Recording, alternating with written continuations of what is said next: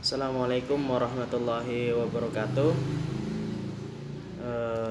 Alhamdulillahirrabbilalamin. Wassalatu wassalamu ala asrafil anbiya wal mursalin wa ala alihi wa sahbihi ajmain, amma ba'du. Selamat siang kepada mahasiswa semester 5 pada mata kuliah Sistem Pengendalian Manajemen. Ini merupakan pertemuan kita yang pertama kali ya, yang masih dilakukan secara daring karena mengikuti instruksi dari Kementerian Pendidikan. Perkuliahan kita masih dilakukan secara daring. Untuk mata kuliah SPM sendiri yang akan saya ampuh nanti selama 14 kali pertemuan ya. 14 kali pertemuan kita akan membahas mengenai bab-bab diantaranya berikut ya. Bisa kita lihat. Nah, pada materinya meliputi the nature of management control system, kemudian understanding strategies, behavior in organization, responsibility center, profit center, transfer center, strategic planning, budget preparation, dan seterusnya. Itu adalah materi-materi yang akan saya sampaikan terkait dengan mata kuliah SPM ya. Untuk mata kuliah SPM ini kita akan menggunakan buku dari Anthony Govindarajan ya, yaitu judulnya adalah Management Control System 11 edition ya. Silahkan yang mau menggunakan versi terbaru juga nggak apa-apa ya, yang lebih update. Itu kemudian sistem perkuliahan kita ya, untuk evaluasi hasil pembelajaran. Yang pertama itu berasal dari UTS 30%, kemudian UAS 30%, PR atau presentasi ya, atau presentasi itu 20%, dan partisipasi. Ya, partisipasi meliputi dari absensi dan partisipasi dalam keaktifan bertanya jawab ya. Gitu. Ini ya silabus kita untuk pertemuan terkait dengan mata kuliah Sistem Pengendalian Manajemen.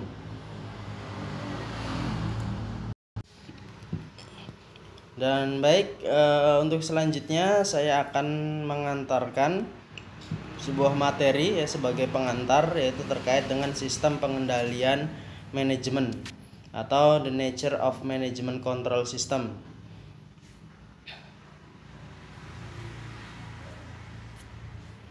Ya. Pengendalian itu diibaratkan seperti kita mengendalikan mobil ya. Seperti kita mengendalikan mobil, di mana dalam dashboard kita itu di sana ada gas, ada setir, ada rem ya, di mana dengan perangkat ini kita bisa mengendalikan arah dan kecepatan mobil tersebut ya. Dengan elemen-elemen tersebut kita bisa mengendalikan ya kemana arahnya mobil itu akan kita arahkan dan berapa kecepatannya ya, kapan kita harus tekan gas, kapan kita harus menginjak rem, kapan kita harus menahan setir kita supaya mobil bergerak lurus atau membelokkannya ke kanan atau ke kiri ya. Ini jadi pengendalian itu seperti itu ya. Jadi mengendalikan bagaimana mobil itu bisa sampai tujuan dengan baik ya.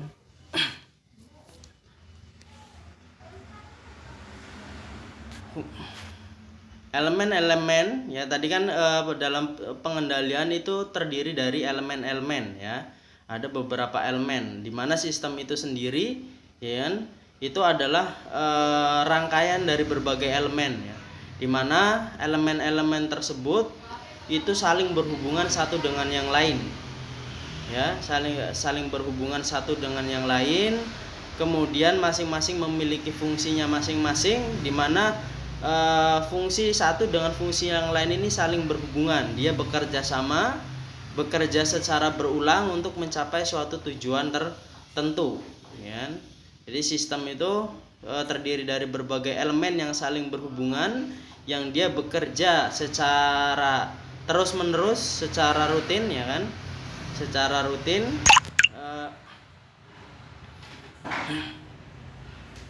untuk mencapai suatu tujuan tertentu. Kemudian elemen-elemen sistem pengendalian itu terdiri dari detektor, ya kan, sebuah perangkat untuk mengukur apa yang sesungguhnya terjadi. Jadi melacak, ya kan, dimana dalam suatu perusahaan itu perusahaan pasti memiliki suatu strategi, ya. Perusahaan memiliki suatu strategi untuk mencapai suatu tujuan, ya, tujuan perusahaan, ya. Nah, untuk itu, untuk mencapai suatu strategi tersebut, ya, di mana dalam perusahaan itu kan terdiri dari berbagai individu, ya, terdiri dari berbagai anggota, ya. Nah, untuk memastikan, ya, strateginya itu terlaksanakan, maka perusahaan membutuhkan pelacak detektor, ya, untuk memastikan apa yang sesungguhnya terjadi, melacak sesuatu hal yang mungkin sesuai atau tidak sesuai dengan strategi perusahaan. Nah, setelah dilacak, maka elemen selanjutnya adalah penaksir atau asesor, penilai. Jadi suatu perangkat yang membandingkan dengan standar apa yang seharusnya terjadi. Strategi adalah standar perusahaan. Tujuan adalah standar perusahaan yang harus dicapai. Ya kan? Nah, setelah dideteksi, ya kan, apa yang terjadi itu kemudian dibandingkan dengan standarnya, sesuai atau tidak, ya kan? Itu. Jadi asesor itu untuk menilai dari apa yang terjadi, kemudian dibandingkan dengan standarnya, ya kan, dinilai sesuai atau tidak. Kemudian elemen yang selanjutnya adalah elemen efektor. Jadi suatu perangkat yang mengubah perilaku jika asesor mengindikasikan adanya ketidaksesuaian. Ya. Kalau misalkan ada ketidaksesuaian dengan standar atau strategi perusahaan atau tujuan perusahaan yang seharusnya dilaksanakan, maka efektor itu fungsinya adalah untuk mengubah perilaku tersebut, perilaku individu, perilaku anggota organisasi agar mereka mengikuti standar dari yang telah ditetapkan oleh perusahaan. Nah, dari tiga elemen ini tentunya perlu adanya jaringan komunikasi. Jadi perangkat yang meneruskan informasi antara detektor, asesor, dan efektor, ya. Jadi untuk mengkoordinasikan, sehingga pengendalian adalah suatu proses untuk mengarahkan organisasi mencapai tujuan yang telah ditetapkan. Ya, jadi pengendalian itu ibaratnya adalah kita mengarahkan, ya, mengarahkan dan membatasi, ya, membatasi, ya, agar tadi, ya, kalau misalkan ada sesuatu hal yang tidak sesuai, maka dia harus tadi melewati batas, maka harus diperingatkan, ya, diberikan efektor, ya, diberikan efektor agar kembali ke arah yang telah menjadi tujuan organisasi tersebut. Itu pengendalian. Sedangkan manajemen adalah proses perencanaan, ya. Perusahaan membuat perencanaan, kemudian mengorganisasikan individunya, anggotanya, kemudian juga di sana ada proses kepemimpinan dan pengendalian pekerjaan anggota organisasi serta pengendalian sumber daya organisasi untuk mencapai suatu tujuan organisasi. Sehingga proses pengendalian manajemen adalah proses di mana manajer pada seluruh tingkatan itu memastikan bahwa orang-orang yang mereka awasi, orang-orang yang mereka pekerjakan untuk mengimplementasikan strategi yang dimaksudkan itu, mereka bekerja sesuai dengan ketetapan perusahaan. Sedangkan sistem itu merupakan suatu cara tertentu yang biasanya berulang untuk melaksanakan suatu serangkaian aktivitas yang bersifat rutin, biasanya untuk mencapai suatu tujuan perusahaan. Ya, sistem pengendalian formal organisasi menjelaskan langkah-langkah dalam sistem formal, informasi yang dikumpulkan dan digunakan dalam setiap langkah, dan prinsip-prinsip yang mengatur operasi sistem secara keseluruhan.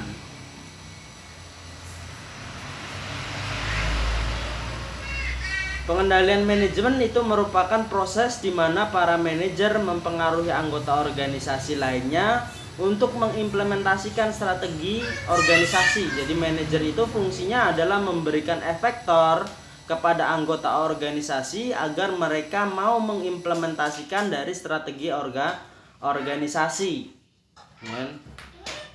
Batas-batas pengendalian manajemen ada formulasi strategi dan pengendalian tugas. Batas-batas pengendaliannya, jadi memformulasikan strategi dan mengendalikan tugas. Formulasi strategi itu meliputi membuat tujuan, strategi dan kebijakan bagi perusahaan, ya.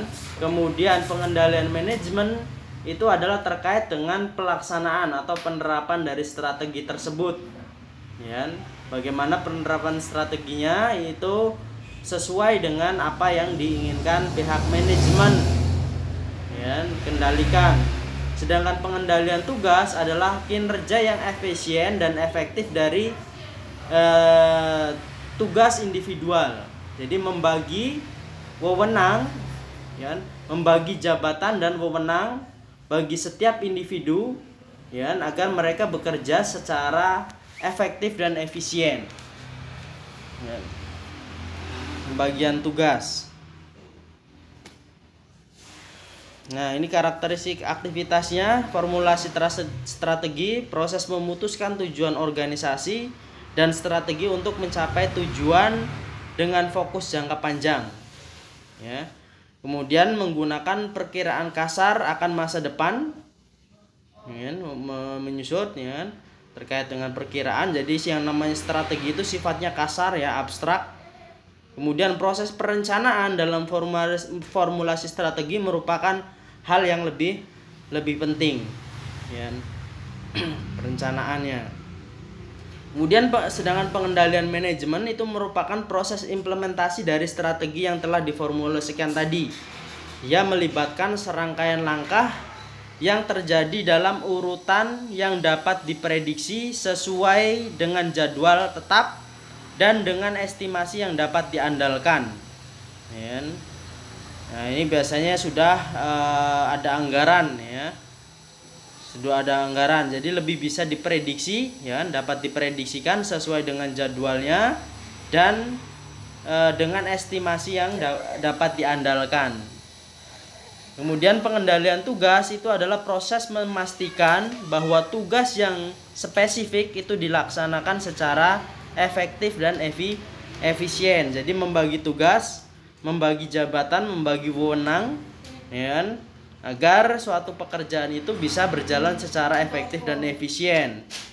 Kemudian berorientasi pada transaksi di mana melibatkan kinerja dari tugas individual sesuai dengan aturan yang telah ditetapkan, ya. Kemudian fokus pada pekerjaan atau kegiatan-kegiatan jangka pendek, ya. Kemudian menggunakan data yang akurat saat ini, dan proses pengendalian manajemen adalah hal yang penting dalam hal ini.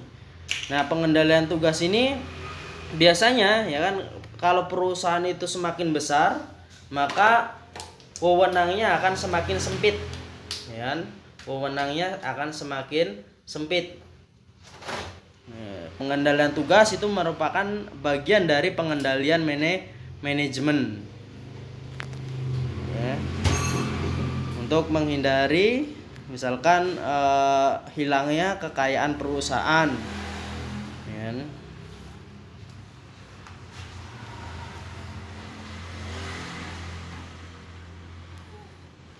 Kegiatan pengendalian manajemen diantaranya adalah merencanakan apa yang seharusnya dilakukan oleh organisasi, kemudian mengkoordinasikan kegiatan dari beberapa bagian organisasi, kemudian mengkomunikasikan informasi, ya, kemudian mengevaluasi informasi yang tadi yang telah dikomunikasikan, dan memutuskan tindakan apa yang seharusnya diambil jika perlu, dan mempengaruhi orang untuk mengubah perilaku mereka, ya.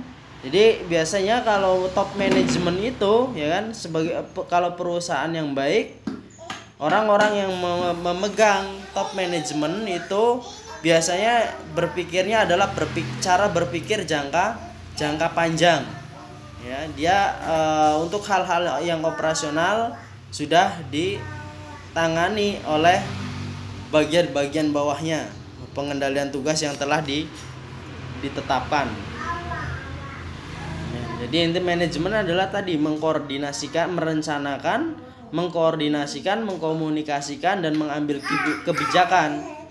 Kemudian mempengaruhi agar orang-orang dalam organisasi tersebut mau menjalankan atau mengimplementasikan apa yang telah direncanakan oleh pihak manajemen.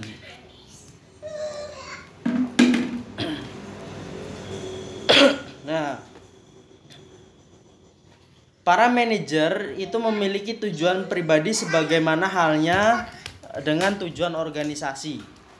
Ya. Jadi dalam organisasi itu kan terdiri dari berbagai individual, berbagai anggota organisasi, ya, dengan latar belakang yang berbeda-beda, di mana masing-masing individu itu dia memiliki tujuan masing-masing, tujuan pribadi. Akan tetapi organisasi juga memiliki tujuan yang telah ditetapkan oleh pihak manajemen, ya. Nah, permasalahan dalam pengendalian adalah bagaimana mempengaruhi mereka dalam hal bertindak demi pencapaian tujuan pribadi mereka sedemikian rupa sekaligus dapat membantu pencapaian tujuan organisasi. Jadi sistem pengendalian manajemen itu adalah untuk menyelaraskan tujuan, ya, menyelaraskan tujuan dari kepentingan pribadi dan kepentingan organisasi, bagaimana kedua-duanya bisa tercapai secara bersamaan, ya. Nah, SPM seharusnya dirancang dan dioperasikan dengan prinsip keselarasan tujuan dalam pemikiran setiap pribadi, ya. Makanya kalau kita melamar pekerjaan itu biasanya ada prosesnya, ya, ada proses rekrutmen, ya. Ada persyaratan-persyaratan yang harus dipenuhi, baik administratif, kemudian ada misalkan mengerjakan tes dan proses wawancara. Itu adalah salah satu proses dari sistem pengendalian manajemen untuk menyelaraskan, ya, antara kepentingan pribadi dengan kepentingan organisasi, ya. Jadi proses rekrutmen itu dalam hal untuk menyelaraskan apakah tujuan dari individual yang ingin bekerja dalam suatu perusahaan tersebut itu selaras dengan tujuan dari organisasi, memiliki kepribadian yang selaras dengan kepribadian organisasi, dengan budaya yang ada dalam organisasi tersebut. Itu jadi bagian dari SPM, ya.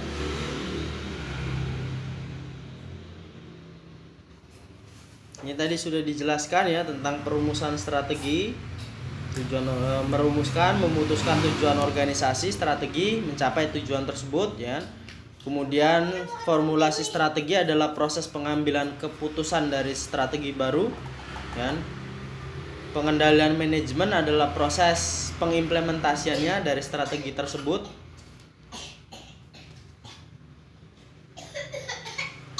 Ini perbedaannya, ya, antara formulasi strategi dengan pengendalian manajemen.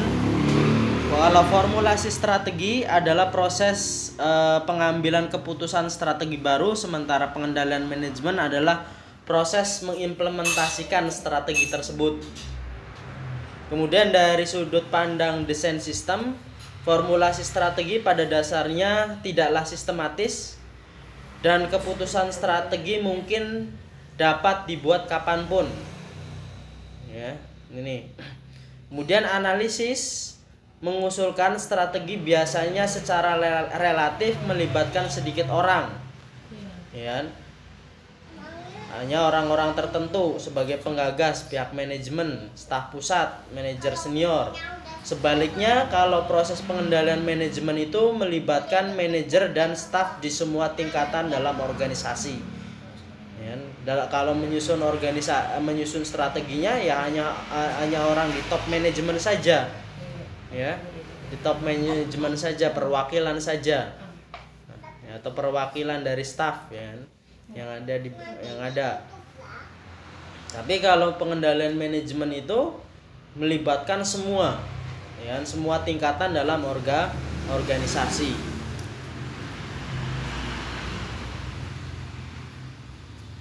Dari sudut pandang analisis, usulan strategi bervariasi dengan sifat strategi tersebut.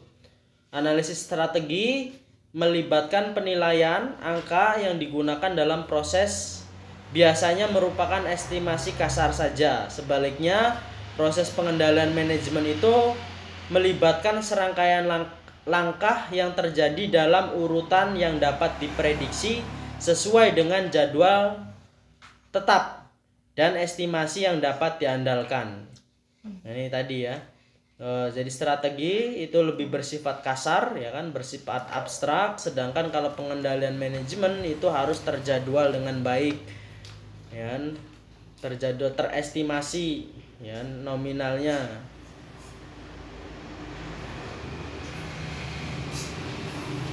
Dan pengendalian tugas adalah proses memastikan bahwa tugas yang spesifik dilaksanakan secara efektif dan efisien, melibatkan kinerja tugas individual menurut aturan yang dibuat dalam proses pengendalian manajemen, ya.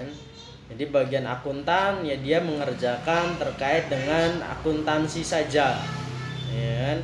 Nanti bagian akuntan dibagi lagi, ada bagian pembelian, ya kan, ada bagian penjualan, ada bagian kasir dan lain sebagainya.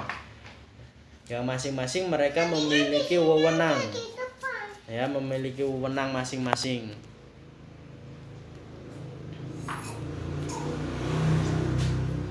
Perbedaannya antara pengendalian tugas dan pengendalian manajemen. Sistem pengendalian manajemen tugas bersifat ilmiah, sementara pengendalian manajemen tidak dapat disederhanakan menjadi suatu ilmu, tapi berhubungan dengan perilaku manajer. Jadi setiap manajer itu mereka memiliki keputusannya yang berbeda-beda, ya, tergantung perilakunya masing-masing. Sehingga organisasi itu, budaya organisasi itu ya dibentuk oleh para manajernya. Ya. Dalam pengendalian manajemen, para manajer ini berinteraksi dengan manajer lainnya. Sedangkan dalam pengendalian tugas, manusia tidak perlu terlibat interaksinya. Ya, jadi kalau misalkan top manajemen, ya, pihak manajer itu mereka memerlukan komunikasi antara satu divisi dengan divisi yang lainnya.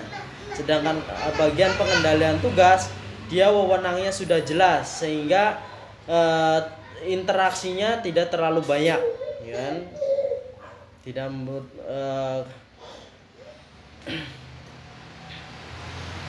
jadi wewenang apa yang sudah ditugaskan itu yang dijalankan. Kalau itu pengendalian tugas, ya. Dalam pengendalian manajemen fokus terletak pada unit organisasional, sementara pengendalian tugas fokus terletak pada tugas spesifik yang dilakukan oleh unit-unit organisasional.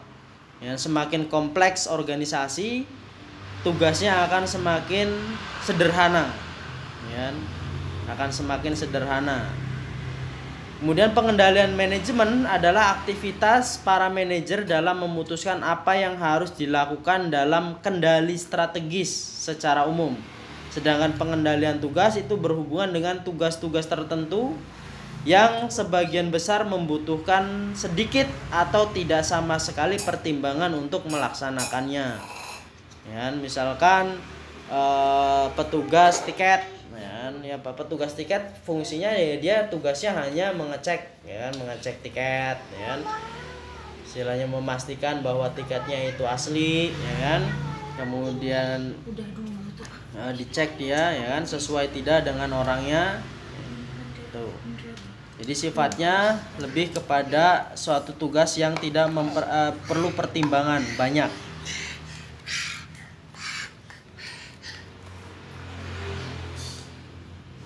Ya. Baik, saya rasa itu untuk materi yang bisa saya sampaikan pada pertemuan kali ini sebagai pengantar. ya. Semoga materi yang saya sampaikan bisa bermanfaat. Kalau misalkan ada pertanyaan nanti bisa ditanyakan melalui media chat ya. Silahkan ditanyakan. Terima kasih atas segala perhatiannya. Assalamualaikum warahmatullahi wabarakatuh.